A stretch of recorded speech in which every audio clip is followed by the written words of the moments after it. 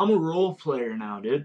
I've been playing Skyrim, Oblivion, all these games for a bajillion years, and not once did I ever come across, role playing per se.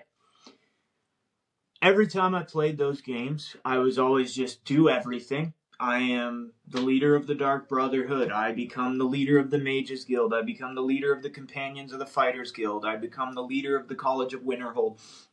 So on and so forth. Instead of like this new way, I just discovered how to play this game. And it's been around a long time, so forgive my ignorance. I don't mean malice by it. But it's just, I think it's really cool, and it has given me an entirely new perspective on how to play these games. Whereas before, I was just like, oh, well, whatever. I'm just going to do everything. And while that is fun, it gives you the liberty to do those things. That's what the game kind of is.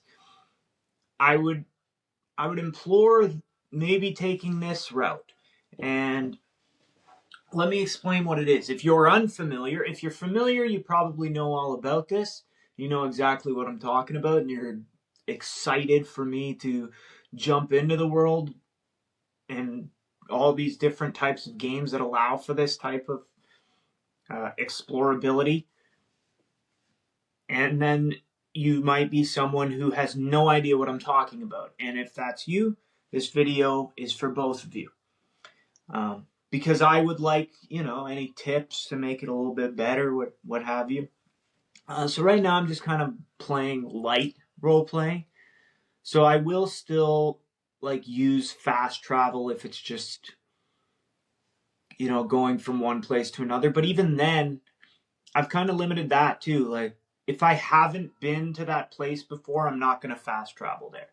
Even though in Oblivion you can technically fast travel to all the main holds or whatever, I go there. I walk there. And then if I come across something, then I will act accordingly. But I'm not... You should come into it with the mindset of you are the character, instead of I'm somebody who's played this game 45 times. I know how to start the Mages Guild. I know how to start the Dark Brotherhood. I know how to start this certain quest or whatever. I would emphasize a more organic approach. So just walk around, don't fast travel. And then what I had done, and you could use AI, you could write it yourself, whatever's easier for you. Give it some guidelines, maybe like, okay, I want to be, the fighting style I want to use is an axe and a shield, or a sword and a restoration spell or something like that. And then get like a backstory or something. So I'm an Argonian from Black Marsh and I was exiled from the Shadow Scales or something like that. And then that would lead into, now mind you, I'm kind of taking the backstory of two of the members of the Dark Brotherhood and Oblivion, but that's how they ended up becoming members of the Dark Brotherhood, because they were part of the Assassin's Guild in Black Marsh or something. I'm not 100% on the lore, but that's another thing with roleplay.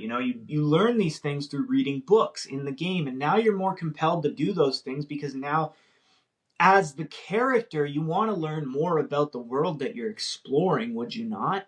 So that's how I think about it. And it's just this really new and exciting way to play this game that I've never played in that way before. So you give them this backstory, and then based off of that backstory, you're going to make decisions off of that. So instead of trying to be the good guy all the time, you realize, oh, I'm playing an evil character. He wouldn't do the good thing in this scenario, He would kill a random person if it meant him getting ahead, So there's all this room for your imagination too. So you can, and people, oh, well, I have to use my imagination for it. Yes. You're applying sort of a Dungeons and Dragons character sheet. That's how I would describe it, actually. It's like playing D&D, but you have a visual manifestation of what's happening in front of you. So, and you already have sort of this campaign, so to speak.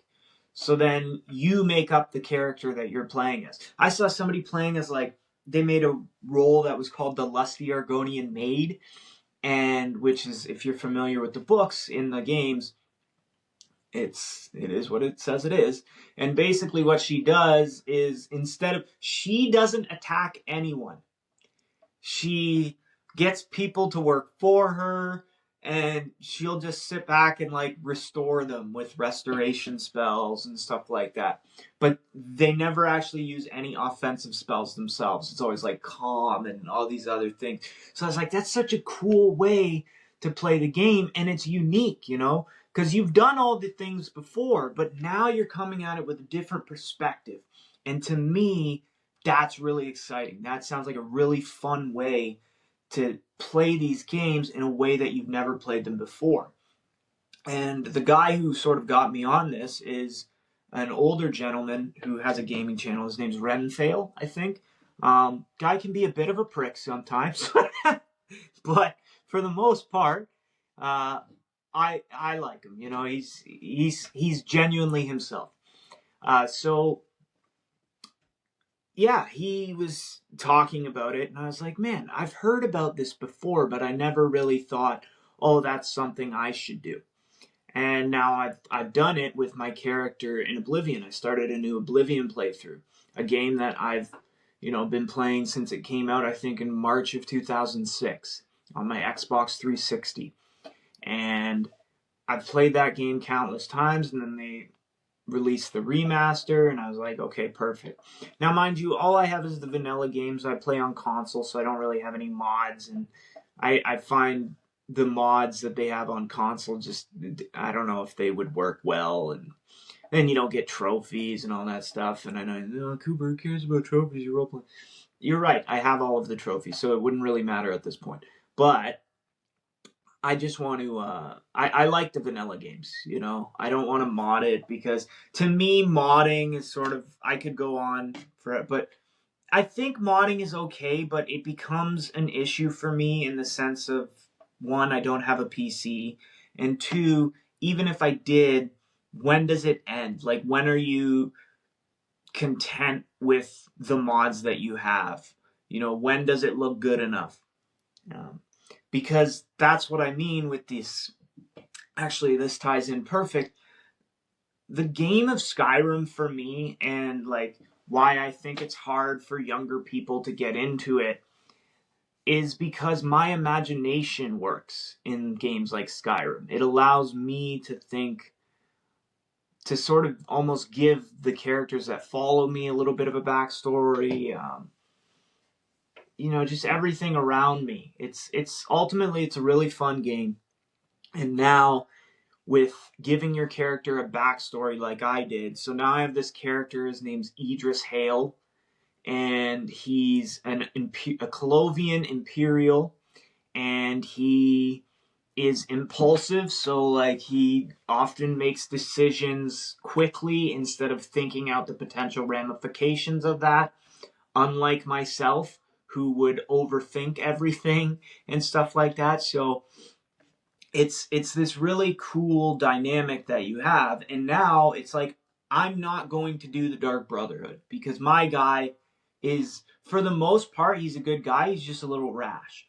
I'm not going to do the Thieves Guild. Now, the Fighters Guild, I am going to do that. The Arena, I will do that, because that's conducive to my character, who is Sword and Shield.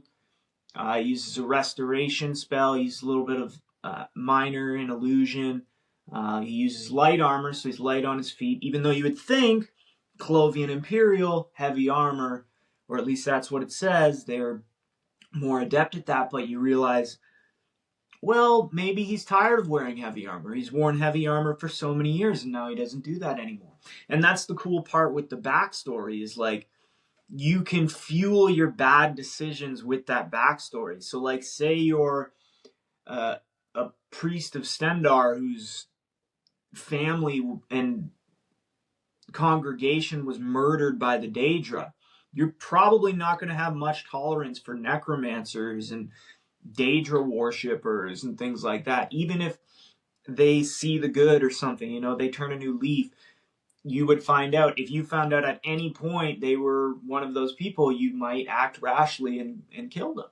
So it's just a cool way to play these games now. And I think if you're someone who's looking to maybe get back into a role-playing game like Skyrim or Oblivion or Fallout or anything like that, go online, maybe look at some builds, maybe write one of your own, maybe get AI to help. Whatever works for you, and then play the game that way and try to do and make decisions in line with the character that you are playing, because the character is no longer a manifestation of yourself. It is a character and you're in their shoes, but you don't make the decisions. So yeah, anyway, I just wanted to share that with you guys. Love you. If you're a gamer, follow, because we're going to talk games and it's going to be a good time. There's lots of things I like to talk about here, you know, self-growth, whatever it may be. But ultimately just being content with your life, enjoying things, adjusting your perspective, and trying new things, because that's always going to keep things new and fresh and exciting in your life. So, yeah. I love you guys. Hope to see you on the next one. Check out some more of my videos if you want. Stick around, and I'd love to have you. I'll see you on the next one.